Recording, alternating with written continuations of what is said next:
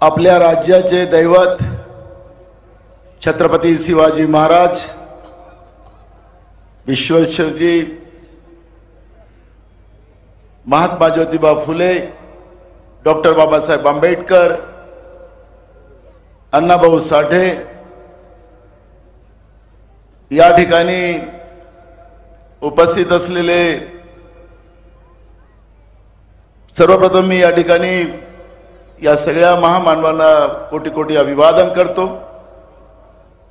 आणि मैं खड़गे जी का और आपके सबके दिल के धड़कन राहुल जी का महाराष्ट्र के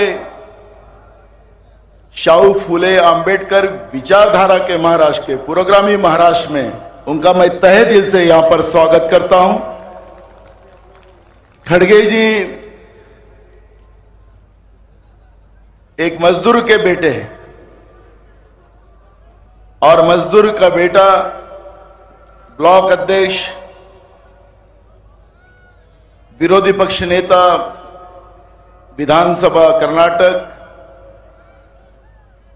कर्नाटक कांग्रेस के अध्यक्ष, 9 बार विधानसभा में वो चुन के आए, 2 बार लोकसभा में चुन के आए और एक लंबा सफर कर वो आज राष्ट्रीय अध्यक्ष बने और वो पहली बार हमारे महाराष्ट्र में आए और मैं महाराष्ट्र के तमाम जनता की तरफ आदरणीय मल्लिकार्जुन खड़गे जी का मैं तहे दिल से स्वागत करता हूं। तालियां बजा के अपन उनका स्वागत करें।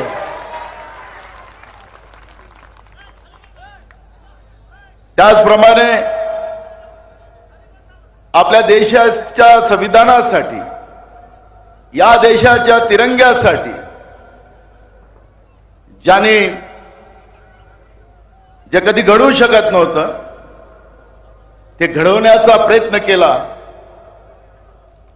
आपल्या महाराष्ट्रात म्हण आहे की मांजरीच्या गळ्यात घंटी कोण बांधेल, त्याच पद्धतीनं कन्याकुमारी ते काश्मीर या देशाच्या विविध जाती धर्माच्या लोकांना जे केंद्रामध्ये सरकार आहे त्यांनी तोडण्याचं काम केलं। या सगळ्यांना एकत्रित आणून पुन्हा भारत सशक्त निर्माण करण्याचं स्वप्न बघून ते निघाले। मैं चलाता केला मंजिले जाने में मंजिले, लोग आते गए कारवा बनता गया। त्या राहुलजींचाही मी मनापासून आपल्या महाराष्ट्रामध्ये आपण त्यांचाही टाळ्या वाजवून जोरात स्वागत केलं पाहिजे।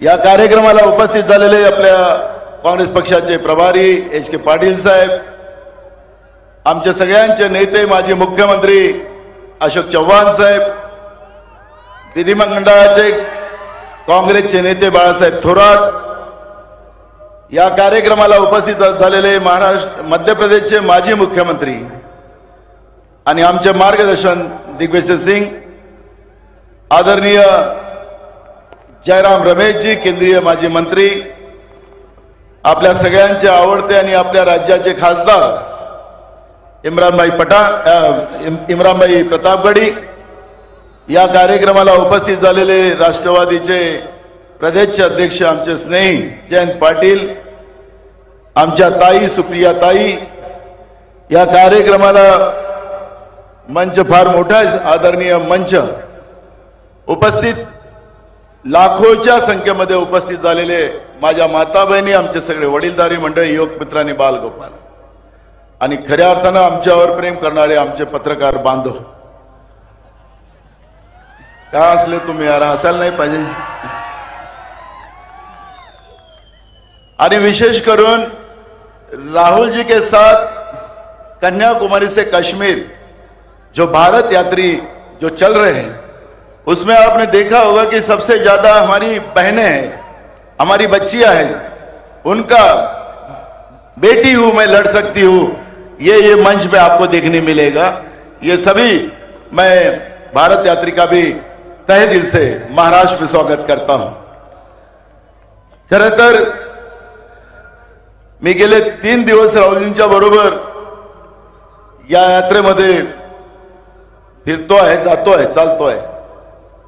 असंख्य गरीब लोक ज्याला 2 टाइम खायला नसेल, आमचा सुशिक्षित बेरोजगार, आमच्या महिला, आमचे शेतकरी, असे अनेक लोक, त्यांना छोटा व्यापारी त्यांना भेटतात.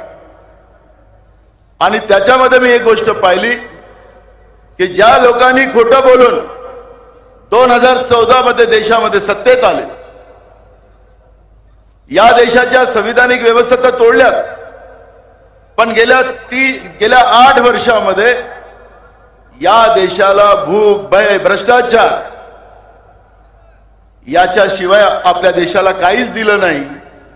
त्यांच्या वेदना मोठ्या आहेत आणि त्यांचा सगळ्यांचा विश्वास, कारण की राहुलजींच्या यात्रेमध्ये फक्त काँग्रेसचेच लोक नाही आहेत.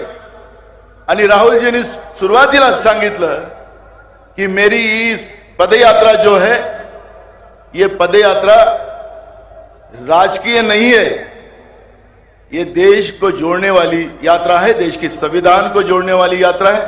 मुझे याद है कि राहुल जी ने जब कन्याकुमारी में इस यात्रा की शुरुआत की, तो वो यात्रा की शुरुआत में कन्याकुमारी में कहा था, इसी भूमि पे मैंने मेरे पिता को खोया था, लेकिन अब मैं देश के तिरंगे को खोने नहीं दूंगा. और वहां से ये यात्रा राहुल जी ने इस तरह से शुरू की. जिस परिवार में शहादत रही, देश के लिए खून बहाने का एक नहीं तो 2 खून, उस परिवार की शहादत, 2 शहादत हुई.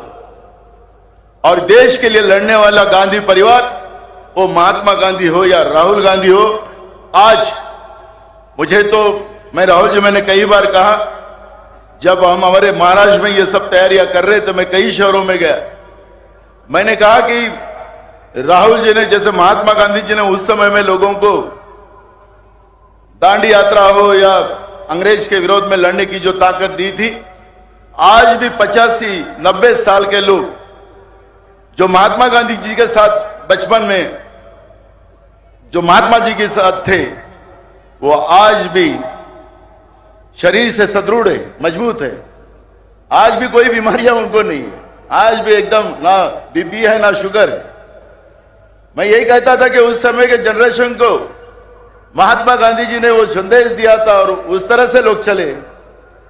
अब महात्मा गांधी जी तो ये जनरेशन को देखने मिलेंगे नहीं, और उनका विचार जो है, जो आप लेके चल रहे हो, तो आज हमें भी वही विचार आपने दिया. आज कई लोग 4 बजे उठना सीख गए, वो भी चलना सीख गए. और मुझे आपने एक बड़ा अच्छा मंत्र दिया, क्योंकि हमारे देश की युवा पीढ़ी अगर शरीर से अच्छी हो, कोई बीमारी न हो,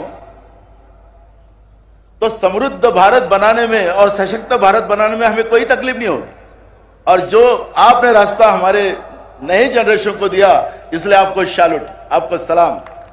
और मैं इसलिए कहता हूं कि हम देश के लिए तो लड़ रहे हैं, लेकिन हमारे खुद का स्वार्थ जो है, जो राहुल जी 4 बजे उठते हैं और 5 बजे से इनकी शुरुआत होती है, देश के तिरंगे को सैल्यूट होता है, और बाद में 6 बजे से पदयात्रा शुरू होती है. हमने सुबह की आदत अभी तो 7 घंटे की चल रही है, लेकिन हम सब लोगों ने अपने जीवन में अगर सुबह की 2 घंटे की अगर वॉक कर लिया, थोड़ा एक्सरसाइज कर लिया, तो मुझे लगता है कि राहुल जी ने जो संदेश हमें दिया है, वो हमारे खुद के लिए दिया है, और इसलिए हम भी उन्हीं के राह से चलेंगे. मैं एक बात और कहता हूं कि जो समर्पण की भाव होती है, जो निस्वार्थ भाव होता है, हमारे देश में अब दोस्त कम. पहले तो कहते थे कि हमारे सामने कोई नहीं, हमारा मुकाबला कोई नहीं कर सकता, कोई अपोजिशन भी नहीं बचा है. देश में जो पार्टी सत्ता में, उनके पार्टी के अध्यक्ष बोलते कि हमें सभी पार्टी को खत्म करना है. लेकिन एक बात हमने देखा है कि उनका काम इवेंट का है और राहुल जी का काम मूवमेंट का है. इवेंट और मूवमेंट में क्या फर्क होता है? जब नरेंद्र मोदी जी अपने मां से मिलने जाते हैं, तो उनका चेहरा किधर होता है?